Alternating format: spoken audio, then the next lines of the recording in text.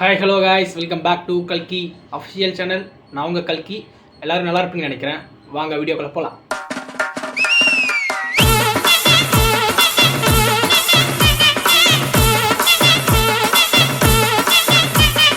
கரூர் விவகாரத்துல மனசாட்சியே இல்லாமல் ஓடி வந்தவர் அப்படின்னு நீங்க விமர்சனம் பண்ணவர் இன்னைக்கு மீண்டும் வந்து அங்க ஒரு எம்எல்ஏ ராஜினாமா செய்த பிறகு செல்கிறார் முதலமைச்சர். அன்னைக்கு போகல சொன்ன, இப்ப போறாரு வரவேற்பு. மனசாட்சி இருக்கு இப்ப அவருக்கு இருக்கு. அவர் அன்னைக்கு இல்ல, இன்னைக்கு இருக்கு. இன்னைக்கு நம்ம பார்க்க போறது அரசியல் பழகு. இந்த அரசியல் பழகுல என்ன நம்ம பேச போறோம்னா, ஃபர்ஸ்ட் விஷயம் என்னன்னா, சீமான் அவர்கள் வந்து எதிர்கட்சி தலைவரான உதயநிதி அவர்களை போய் சந்திக்க போனார் ஒரு நிகழ்ச்சியில். அதை பார்த்து நம்ம ஆடியன்ஸ் அல்லது பொதுமக்கள்லாம் ஒரு என்ன பேச வந்தாங்கன்னா, என்ன தமிழ் தேசியம் என்ன இப்போ என்ன அங்கே போயிட்டு இருக்கு, என்ன கொள்கைனாரு, இப்போ கொள்கையெல்லாம் விட்டுட்டு போயிட்டு கொத்தடிமை அங்கே போயிருக்கிறாரு அப்படின்னு பலர் வந்து கலாச்சி போட்ட விஷயம் நம்ம பார்த்தோம்.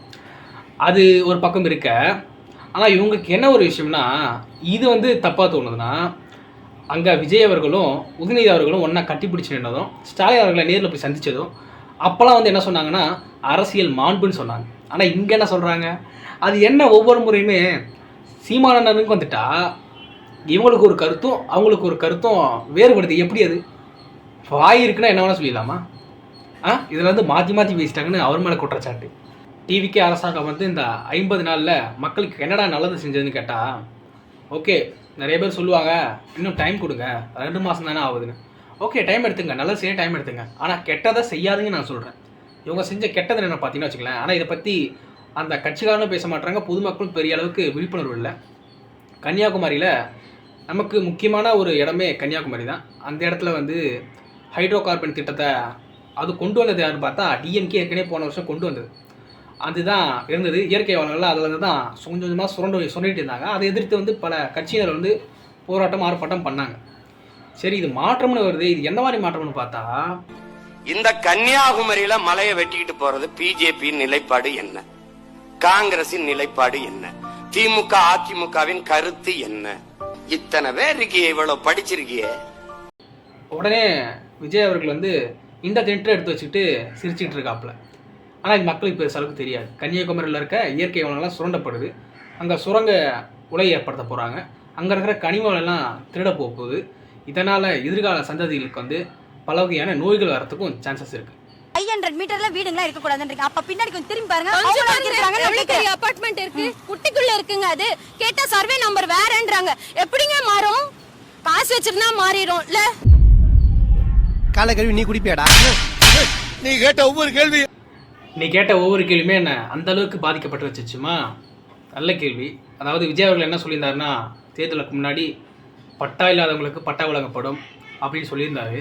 ஆனால் இப்போ என்னடானா, பல பேர்த்தோட வீட்டெல்லாம் இடித்து மக்களை நடு ரோட்டில் நிற்க வச்சுட்டாங்க. இது எந்த மாதிரியான ஒரு மாற்றம்னு எனக்கு தெரியல. உங்களுக்கு தெரிஞ்சால் நீங்கள் வந்து கமெண்ட் பண்ணுங்கள். ஏன்னா பல மக்கள் வந்து அவங்களுக்கு கொஞ்சம் டைம் கொடுக்கணும்ல. நீங்கள் வந்து ஆட்சியாளர்கிட்ட டைம் கேட்குறீங்க, வீடு இடிக்க போகிறோம், டைம் கொடுக்கணும்ல. உடனே வீட்டெலாம் இடிச்சுட்டு அவங்க வெளியே பொருளை தூக்கி போட்டு அவங்க எங்கே போயிருப்பாங்க? அவங்களோட வாழ்வாதாரம் பாதிக்கப்படும்ல. அப்போ அதுக்கு யார் பொறுப்பேற்றுப்பா? நம்ம ஸ்டாலின் சார் அறிவாலயம் பக்கத்துல யாரு நடந்து போனாலும், அறிவாலயம் பக்கத்துல யாரு நிழலுக்கு ஒதுங்கினாலும் கூட்டணியில சேர்த்துக்கிறாரு. அதுக்கு பேரு வந்து கல்லாப்பெட்டி கூட்டணின்னு வச்சிருக்கிறேன். எங்க தளபதி அண்ணா என்ன சொல்லியிருந்தாருன்னா, ஊழல் பண்றவங்க வந்து எங்க கட்சிக்குள்ளேயே வச்சிருக்க மாட்டோம் அப்படின்னு சொன்னாரு. ஆனா என்ன ஆச்சுன்னா, அதிமுகவில் இருக்கிற பழைய எம்எல்ஏக்களை வந்து இவங்க கட்சிக்கு வாங்கி வச்சுக்கிட்டார். அவங்க மேலெல்லாம் பெரிய அளவுக்கு வந்து ஊழல் குற்றச்சாட்டு நிறையவே இருக்குது. அது அவருக்குமே தெரியும். அவர் தேர்தலுக்கு முன்னாடி என்ன சொன்னார்னா, அதிமுக ஊழல் சக்தின்னு சொன்னார். இப்போ அதிமுக கூடாருமே பாதிக்கு தான் இருக்குது. அப்போது இதை தூய சக்தின்னு எப்படி சொல்ல முடியும் எனக்கு தெரியல. அந்த வகையில் இன்னொரு விஷயத்தை பார்த்தா, தொட்டா விட மாட்டோம், தொட்டவனே விட மாட்டோம், இனிமேல் தொடவும் விட மாட்டோம் அப்படின்னு எங்கள் அண்ணன் பஞ்சு டைலாக் சூப்பராக பேசியிருந்தார். ஆனால் இப்போ என்ன ஆச்சுன்னா, பொதுச்செயலாளர் புஷியானந்தன் அண்ணன் அவர்கள் மேலே ஒரு கேஸ் போயிட்டு ரிஜிஸ்டர் ஆகுது நீதிமன்றத்தில். என்னன்னா, அதாவது சொந்த தாவேக்கா நிர்வாகியே வந்து அந்த கேஸ் போடுறாங்க. சார் ஒரு விமன் சார், நானு ஒரு ஷெட்யூல் காஸ்ட் சார், நானு கேட்டா அவர் அவ்வளவு கேவலமா நடந்திருக்காரு சார். அது ஒரு விமன் அட்வொகேட்டா அவ்வளவு கேவலமா நடத்திருக்காரு. நான் இன்னும் பெட்டிஷன்ல மெயினாலாம் எதுவுமே சொல்லல சார். அரசியல் புடிச்சலா காசு வாங்கிட்டு போஸ்டிங் வேற கட்சியில இருந்தா போட்டிருக்காங்க. அவரை பத்தி நான் பெருசாலாம் சொல்லல சார். என்னன்னா, கிட்டத்தட்ட 120 கோடிக்கு மேலே வந்து ஊழல் பணத்தை வாங்கிக்கிட்டு வழக்கறிஞர்களை பதவி அமைத்திருக்கிறதா ஒரு குற்றச்சாட்டு எழுந்திருக்கு. அதுவும் வேறு யாராவது பண்ணியிருந்தா கூட அது ஏதோ ஒரு கட்சிக்காரன்னு சொல்லலாம். பட் ஆனால் இது சொந்த கட்சியோட நிர்வாகியே போய் பண்ணியிருக்காங்க. இது எந்த அளவுக்கு உண்மைத்தன்மை இருக்குன்னு விசாரிச்சாதான் தெரியும். திருமாவளவன் அண்ணன் மேலே எனக்கு பெரிய அளவுக்கு மதிப்பு இருக்குது. அவர் தொடக்க காலத்தில் அவருடைய அரசியலை பார்த்து வளர்ந்தவன் நான். ஆனால் அவர் என்ன பண்ணாருன்னா, என்ன சொல்லியிருந்தாருன்னா, சீமானும் விஜயும் ஆர்எஸ்எஸ் பெற்றெடுத்த கைப்பிள்ளைகள் அப்படி சொன்னார். ஆனால் இப்போ வந்து இவங்க பக்கம் நின்றுக்கிட்டு அப்படிலாம் இல்லை, நல்லவங்க, இவங்க ஆட்சி நல்ல ஆட்சி அப்படின்னு சொல்லிட்டு இங்கே வந்து பேசுகிறது வந்து எந்த அளவுக்கு லாஜிக்னு எனக்கு தெரியல. சரி, ஓகே, அந்த இடத்துல அப்படி போயிடுச்சுன்னா கூட, இப்போ ரீசெண்டாக வந்து ஆணவ படுகொலை பல இடத்துல நடந்துச்சு. அந்த ஆணவ படுகொலையை எதிர்த்து ஒரு நல்ல தீர்மானத்தை ஒன்று போடுங்கன்னு சொல்லிட்டு வன்னியரசு அவர்கள் பல நாளாக சொல்லிட்டு இருக்காரு.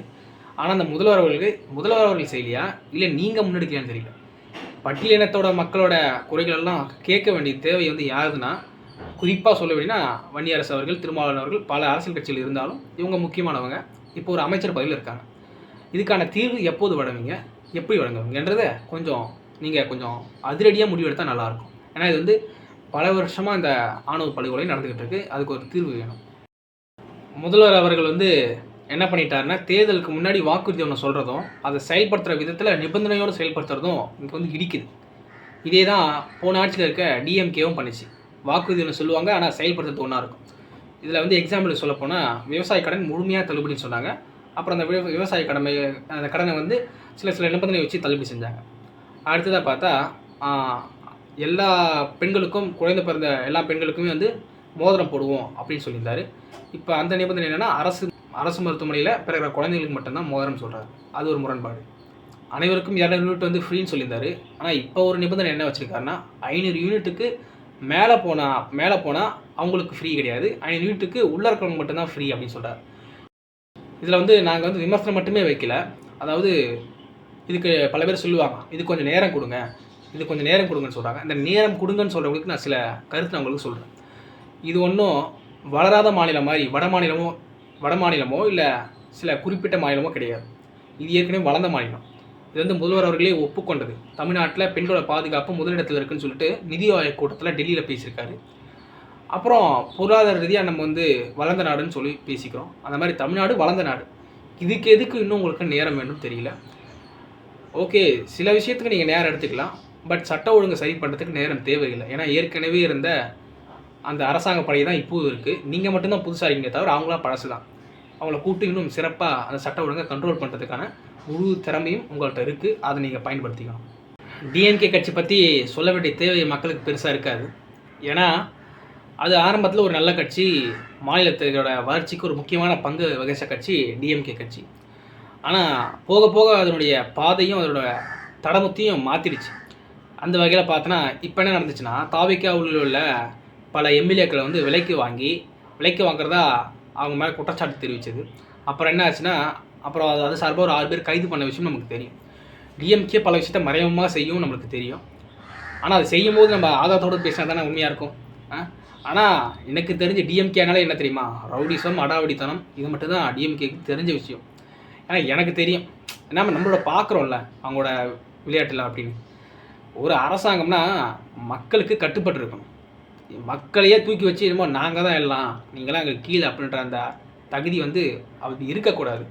டிஎம்கேவில் பெரிய பெரிய தலைவர்கள் செய்யலனாலும் இந்த கீழே இருக்கிற அந்த கடைக்கோடி உறுப்பினர்கள் செய்வாங்க. அது கொஞ்சம் மனசுக்கு கொஞ்சம் கஷ்டமாக இருக்கும். ஒருவேளை அந்த விஷயத்தை கண்ட்ரோல் பண்ணால் டிஎம்கே இன்னும் சிறப்பாக இருக்குன்னு நான் நினைக்கிறேன். ஏடிஎம்கே கட்சி ஒரு காலத்தில் சும்மா அப்படி இருந்தது. ஆனால் இப்போ என்னடான்னு பார்த்தோன்னா, பணத்துக்காகவும் பதவிக்காகவும் ஒரு கட்சி விட்டு கட்சி தாவி அந்த கட்சியோட நிலைப்பாட்டையே சுக்குநூறாக நொறுக்கி விட்டுருச்சு. இந்த விஷயத்தை இன்னும் நிறைய விஷயத்த மாற்ற வேண்டிய தேவை வந்து எடப்பாடி அவர்கள்ட்ட இருக்குது. நிறைய விஷயத்த நீங்கள் முன்னெடுத்து வைக்கணும். இல்லைன்னா அந்த கட்சி சுத்தமாக இந்த தடையுமே இல்லாமல் அழிஞ்சிடும் போல். ஓகே, இந்த வீடியோ உங்களுக்கு பிடிச்சிருக்குன்னு நினைக்கிறேன். அப்படி நான் ஏதாவது ஒரு தகவலை மிஸ் பண்ணியிருந்தா நீங்கள் வந்து எனக்கு அந்த ரீல்ஸ் எனக்கு அனுப்பிச்சி விட்டீங்கன்னா அந்த ரீல்ஸை வச்சு நான் உங்களுக்கான பதில் நான் கொடுக்குறேன். இந்த வீடியோ உங்களுக்கு பிடிச்சிருந்தா லைக் பண்ணுங்க, ஷேர் பண்ணுங்க. கரெக்டா?